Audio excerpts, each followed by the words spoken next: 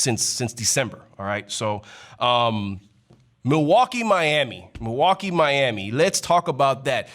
I'm going to piss a lot of people off, but listen, it has to be said. Dare I say that bubble talk for Miami had some legitimacy to it? Kason, tell me what you think about that, man.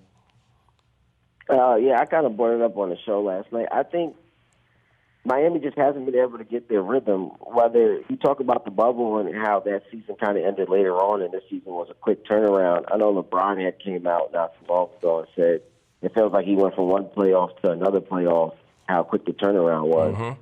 And you see how they dealt with injuries and how the Lakers were up and down. The Heat were kind of the same. So I think it may be looked at later on like, okay, maybe that quick turnaround wasn't great for these teams because neither one of them have home court advantage right now. So right. I think that is part of the Heat's problem right now. They just can't catch a rhythm. I think if they can catch a rhythm, then they can maybe turn back into that team from last year. But it's just something about this season where it's like, it's up and down. They didn't change too many pieces. So, but it's been a real up and down season for them. So I just think catching the rhythm is what they need to do. However, they're going to maybe figure that out. But I think going home, having some home cooking, 2 games at home, the crowd's going to be there rocking. Yeah. I think that would be great for them to maybe help them catch their rhythm. And if they can get these 2 in Miami, I think Game 5 is anybody's game.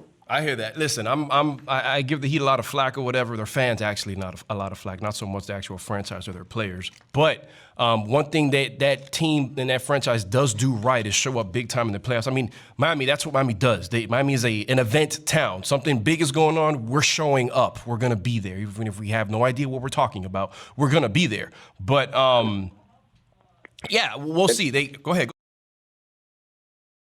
Go ahead.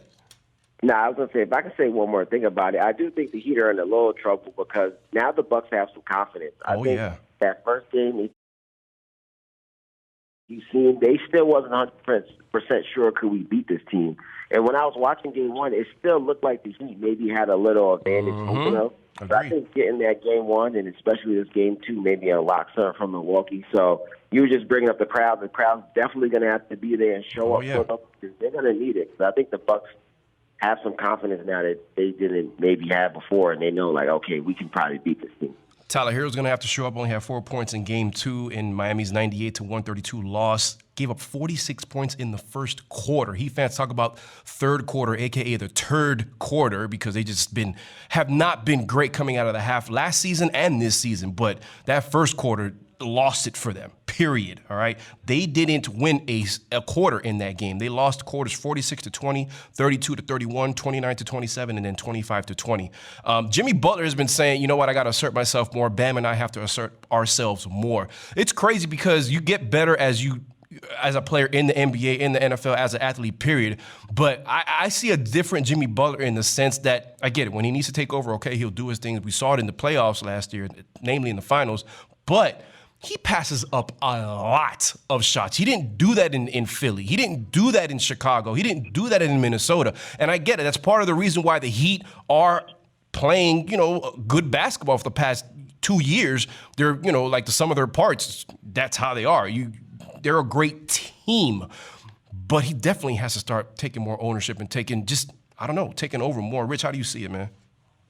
I completely agree with you. He's got to take 10, 2, and 4. That's not going to get it done when you're the face of the franchise, leader of the team.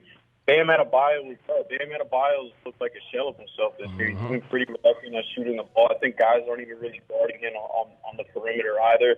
Those are your 2 cornerstones of your franchise right now. But I mean, nobody on Miami outside of Dwayne Dedmon and Goran Dragic really had a good game in Game 2. I'm just looking at the box scores here. Kendrick Nunn, 9 points. Duncan Robinson, 10. Trevor Ariza didn't score at all in 18 minutes. Tyler Hero, who everybody's been high on, only 4 points, like you said. Iguodala, 2. Yep. They got to get a lot more production for these guys if they want to do anything. But they're in a world of trouble, period, because to Kason's point, Milwaukee's definitely gained some confidence following that Game 2. There wasn't really even much to watch in Game 2 following that first.